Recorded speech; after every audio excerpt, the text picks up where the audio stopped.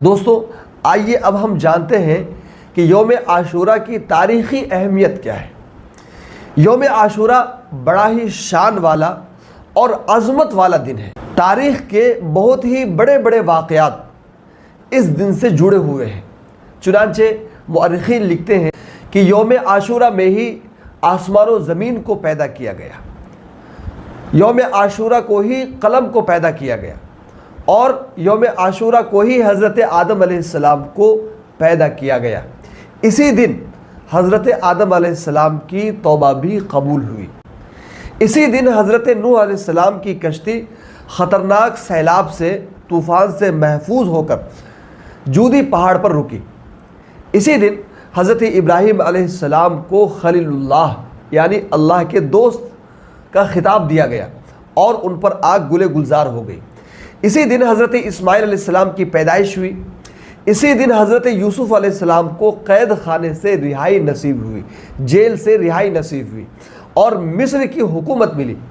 اسی دن حضرت یوسف علیہ السلام کی حضرت یعقوب علیہ السلام سے ایک لمبے عرصے کے بعد ملاقات ہوئی۔ اسی دن حضرت موسیٰ علیہ السلام اور ان کی قوم بنی اسرائیل کو فرعون کے ظلم و ستم سے نجات حاصل ہوئی۔ اسی دن حضرت موسیٰ علیہ السلام پر توریت نازل ہوئی۔ اسی دن حضرت سلیمان علیہ السلام کو بادشاہت واپس ملی۔ اسی دن حضرت ایوب علیہ السلام کو سخت بیماری سے شفا نصیب ہوئی۔ اسی دن حضرت یونس علیہ السلام 40 روز مچھلی کے پیٹ میں رہنے کے بعد نکالے گئے۔ اسی دن حضرت یونس علیہ السلام کی قوم کی توبہ قبول ہوئی اور ان کے اوپر سے عذاب الہی ٹل گیا۔ اسی دن حضرت عیسیٰ علیہ السلام کی پیدائش ہوئی اور اسی دن حضرت عیسیٰ علیہ السلام کو یہودیوں کے شر سے نجات دلا کر کے آسمان پر اٹھا لیا گیا۔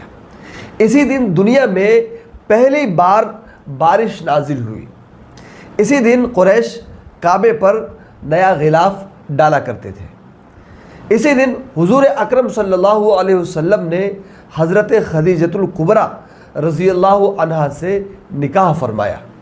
اور دوستو اسی دن کوفیوں نے نواسۂ رسول صلی اللہ علیہ وسلم اور جگر گوشہ فاطمہ کو میدان کربلا میں شہید کر دیا، یعنی حضرت حسین رضی اللہ عنہ کو شہید کر دیا، اور اسی دن قیامت قائم ہوگی۔